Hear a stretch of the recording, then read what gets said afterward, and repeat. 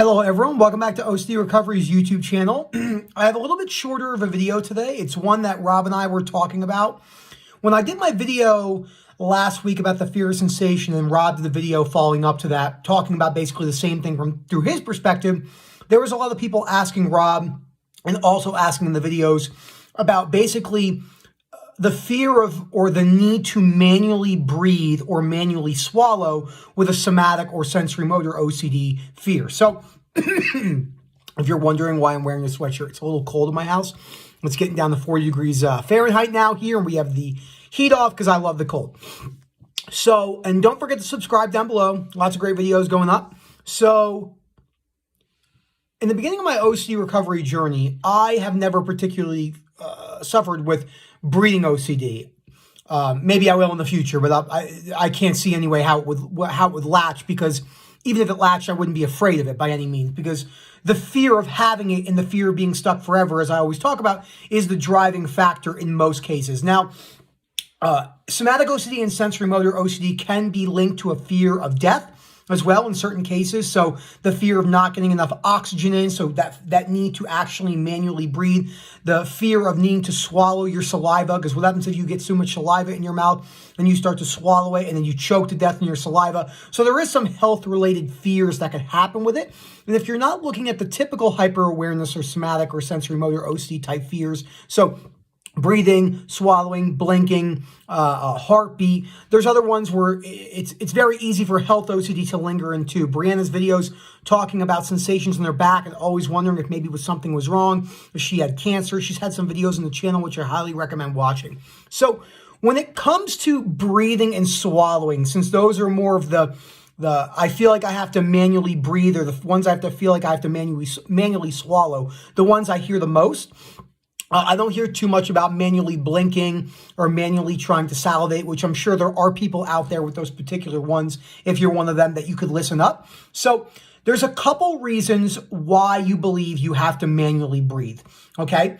So number one, usually the fear with health related. What happens if I don't breathe enough and I die? That's more than likely the number one thing going on, and the fear of fear that we talk about in multiple videos. I'm not going to go into the fear of fear. I've covered that probably 4 or 5 times. There's lots of great videos on that, whether it's, somatic OCD, ROCD, POCD, fear of fear still presents in the same way. So, but the belief that you have about needing to manually breathe is more than likely stemming because of the fear, as I mentioned, a minute ago, of not getting enough oxygen in. What happens if something goes wrong? What happens if I don't get enough oxygen in and I have a brain aneurysm? All these other weird ways that OCD can make you doubt anything. Now, is manually breathing and manually swallowing a compulsive behavior? Absolutely. It will need to get brought down.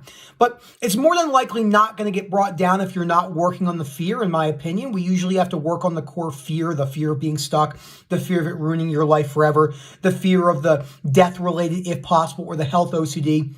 You're going to have to look at what the core fear is the majority of the time, especially since exposure response prevention is not very straightforward or covered correctly, in my opinion, when it comes to somatic OCD. Generally, people think they're treatment resistant and they're stuck forever, which they're not. It just is handled in a different way, but it still is OCD, and there's a fear present. So let's talk about breathing. Let's use breathing for an example.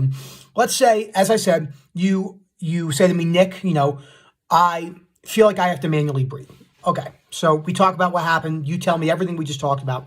I say no problem.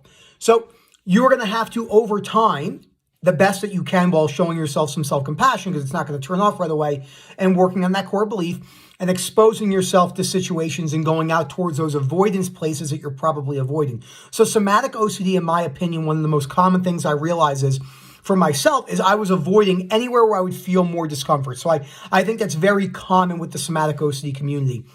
The same goes over for the physical sensations of anxiety. What if people notice I'm having a panic attack?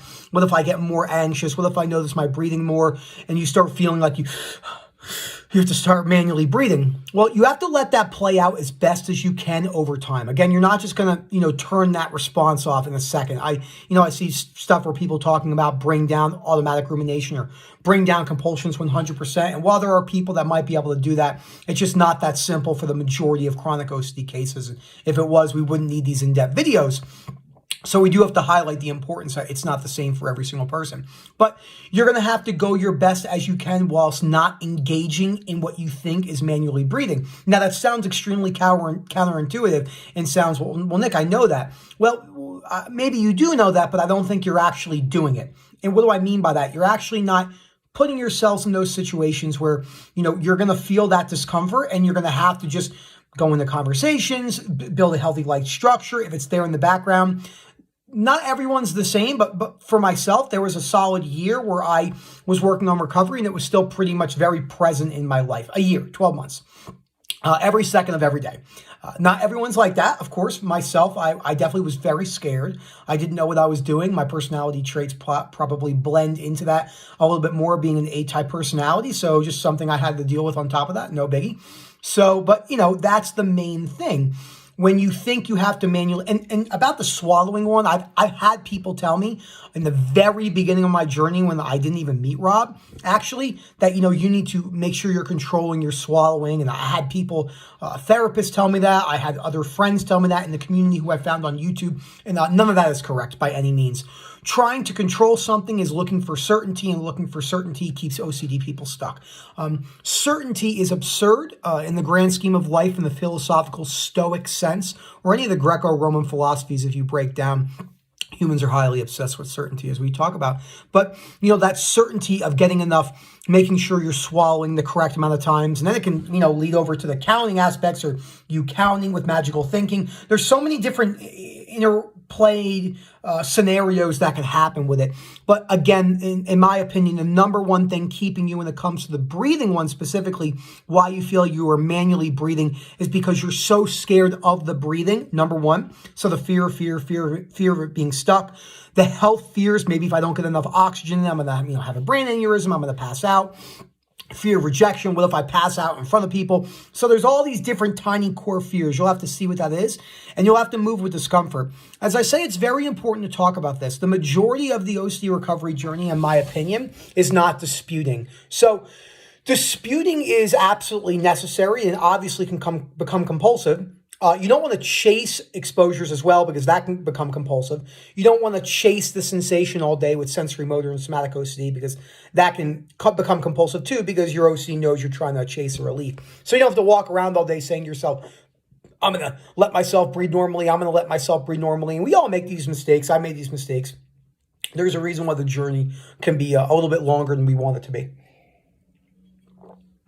But you don't have to think, if anyone's telling you have to breathe a certain amount, or you have to be watching your breaths, or you have to be counting the amount of times you're swallowing and resist the urge to swallow. This is actually a false lead and really does keep people quite stuck, in my opinion, as it did with myself. So sensorimotor is odd. It's a very, no matter where you go on YouTube or I listen to talks, it's just not covered correctly almost ever. It's not anyone's fault. It's very hard to understand what somatic OCD specifically feels like. And every OCD feels is real. Remember, there's, breathing OCD is worse than saliva. That's all absolute bullshit. OCD feels like OCD to OCD, but they all have particular aspects about them. It's why the themes, and Kirsty did a good video on this.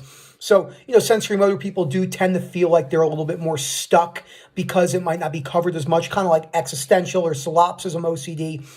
Again, it doesn't mean you are more stuck. There is no such thing as treatment-resistant OCD, in my opinion, or PTSD or GAD. It's usually a fear keeping the cycle going. And even if you were manually breathing for the rest of your life, even if you had a belief that you were manually breathing, for an example, that still would not be the number one thing keeping you afraid. The number one thing keeping you afraid is the fear of that happening. It's the same. I always use the example of losing a limb. People think losing a limb is what causes people, the fear of like a health anxiety. What happens if I lose my vision? Well, there are people out there who have no vision who are very successful and very happy for the majority of their lives. They still have adversities, but they're not chronically anxious or depressed. So obviously, you losing your vision is not the primary thing. you noticing your sensations is not the primary thing. That is covered very incorrectly by many a people. And I want to cover this for a second because a lot of people say to me, why are you so harsh? Maybe is the word I get, or maybe that we're pessimistic about the community when it comes to sensorimotor. Well, because it's completely covered wrong, and this is why we need to bring this out of the light. OCD is very much in the dark age, and what will happen is people will not want to talk to each other and maybe listen to people who have come out the other side, and maybe me sitting down with people who maybe didn't experience sensorimotor, or maybe other types of OCDs, or maybe no OCD, but they do help people if they're maybe a coach, a therapist, or a psychologist, and sitting down and having a constructive conversation, and me saying to them, you know what, I think that those things do work. I would agree with that, and maybe I don't agree with that because someone who's experienced it, I don't think is the way you're seeing it. But, putting each other down doesn't bring us anywhere. And especially when it comes to the manually breathing aspect of it, you can feel so stuck, so internally locked. And then we can go down the route, as you hear me talking about, mindfulness meditation, where you're bringing yourself more internally, which doesn't tend to be the best thing for sensorimotor. I personally don't meditate. I don't think there's anything inherently wrong with meditation, but if you're using it as a way to escape that manual breathing fear sensation that you're locked because you're chasing a specific sensation, you're chasing a specific way that you want to feel. I want to feel it, be natural. Well, what happens if it's not natural for some time? What happens if it feels forced, almost like a Stockholm syndrome, almost as if you're faking it? You can learn to accept that. So I always talk about the 4 pillars of acceptance. I got this from the Myth of Self-Esteem. Accepting where you are in life, unconditional life acceptance, accepting that you are manually breathing to the most part, or manually swallowing. Step 2, accepting that what you're doing right now might not be working. It's probably a compulsive behavior. Step 3, accepting that you have to change your path or your directory. This goes for all things in life, not just OCD related. And then step 4 is accepting that might not work either. So many people get caught up on, well, I'm going to do this, and maybe some of the advice I'm giving you might not actually work in the way that it worked for me, which I don't see that quite happening since the fear of being stuck and the fear of it not being natural and the fear of the health and the death related are quite obvious to me since I was there. I felt like I had a hose underneath my tongue for 18 months. Every second of every day, I was so afraid of it ruining my life. And then once I got a little bit better, I said, what the fuck? I still can do everything I want to do, even if it's manually. Even if I feel like I'm manually swallowing, I could still do everything I want to do, which is very hard for people to conceptualize when they're stuck. So thank you so much for watching. This is a very important video to me. Somatic OCD is something I would say I'm quite educated on. People are always asking me, have you fully recovered? I don't like looking at those terminologies anymore. Not that I'm afraid. I would be very inclined to say I'm basically recovered from somatic OCD. It lingers at times, and when I'm working on my other irrational beliefs in my life, it could flare up at times. But there's no fear anymore. I have no panic involved. I know that even if it was there forever, it wouldn't be this thing I thought it was. So it doesn't create any response, and I can't see it creating any response in the future. I could go like this right now. I can blink, blink, blink, blink, blink. I can swallow. I can make myself hyper aware of these sensations, and there's no fear response. So remember, even if you are manually breathing right now, you can accept it about yourself. That's probably not the same thing. Same goes for swallowing, and recorrect your course and just go from there. Thank you so much for watching. I hope you enjoyed this video. It's a little bit different because it does seem to be a major compulsive behavior for breathing and swallowing OCD. For sensorimotor, probably prevalent for blinking and saliva, maybe just not as much because of the fear with, oxygenation and death with breathing. So thank you so much and have a great day.